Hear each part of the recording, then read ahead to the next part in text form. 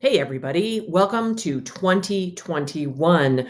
Yay, we are in a brand new year. It's very exciting. 2020 was a very, very challenging year for many reasons. This month, the month of January 2021, we are focusing on the word perseverance. Can you guys say that with me? Perseverance. Perseverance is not only a hard word to say, it is also a hard word to spell. It always is one of those words I have to double check when I write it. Perseverance means the ability to keep doing something even when it is difficult. And you know what? I think we have a really good example of that with distance learning. I think almost all of us, if not every single one of us, would rather be back at school in the building at Vestal, learning together, having town hall together, hanging out at recess together. But instead, we're going to persevere a bit longer. And we're going to really, really practice that through January. So I have a book that has always been one of my favorites. I read this to my two boys when they were young often. It's called The Secret Shortcut by Mark Teague. And this book reminds me of a lot of you, Vestal students. So as you listen, think about how are these two guys showing perseverance? And maybe think, I wonder if this book reminds Miss Flamo of me. I think many of you will see a connection. So let's just jump right in. The Secret Shortcut.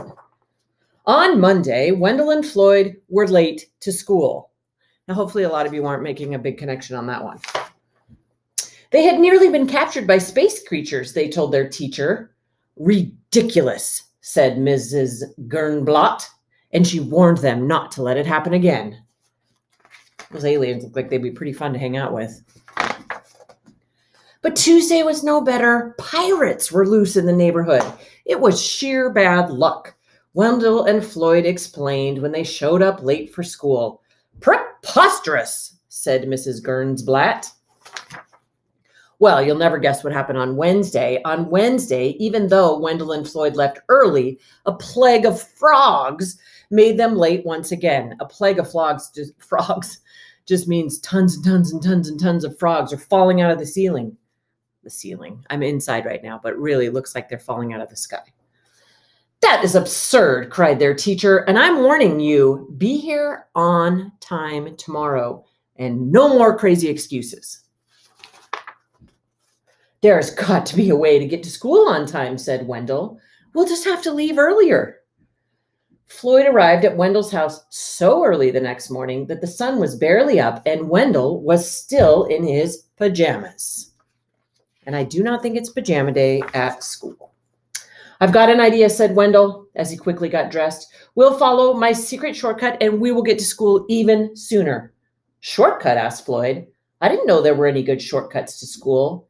This is the secretest shortcut of all, said Wendell. In fact, I invented it myself. He led Floyd up the alley by the Ulick's backyard, then down a culvert, over a fence, and through a dense thicket of blackberry vines. I think it would take perseverance even to find this crazy shortcut. Then they scrambled over some boulders, down a steep bank, and across a narrow stream. Whoa, this is some shortcut, said Floyd. Relax, said Wendell. We'll be there in a minute. But the forest became thicker and darker. Soon it was hung with vines. The screeches of strange jungle animals echoed all around. Maybe we took a wrong turn, said Floyd. I'm pretty sure the school's right up ahead, Wendell told him. But the jungle only grew wilder, and when the boys finally came to a trail, it didn't lead straight to the school as they had hoped. Instead, it meandered through quicksand swamps and past large, sleeping crocodiles. Well, thank goodness they were sleeping. And across a deep, rocky gorge, it began to get late.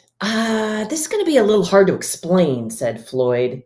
They stood in a small clearing. I have an idea, said Wendell. We'll climb a tree and see if we can spot the school. They chose the biggest, tallest tree they could find and climbed all their way up to the top. Do you see the school? Said Wendell. I don't even see the town, said Floyd. Then they watched some monkeys playing in the treetops. I have another idea, said Wendell. What is it? Said Floyd. He was kind of getting tired of Wendell's ideas.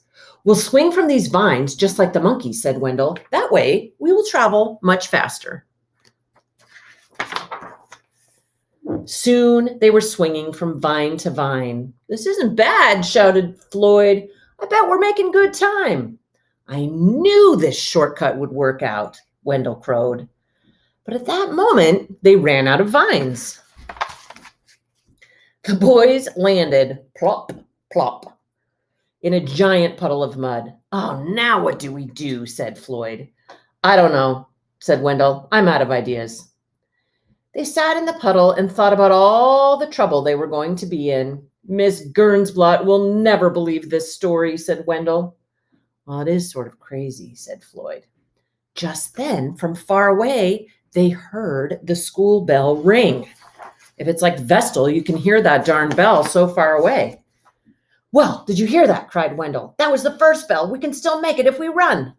They ran until the jungle gave way to the forest, and the forest became the woods, and then they scurried through the Mortleys' backyard and up the hill to the school. They flew through the door of Miss Gernblatt's room and landed squishily in their seats, just as the late bell rang. Well, you made it, said their teacher, and just in time. But how on earth did you get so muddy walking to school? Floyd looked at Wendell. Wendell looked at Floyd. On second thought, said Miss Gernsblot, maybe you'd better not say. During recess, Wendell and Floyd sat in the sun to give the mud a chance to dry. At least we finally got to school on time, said Wendell.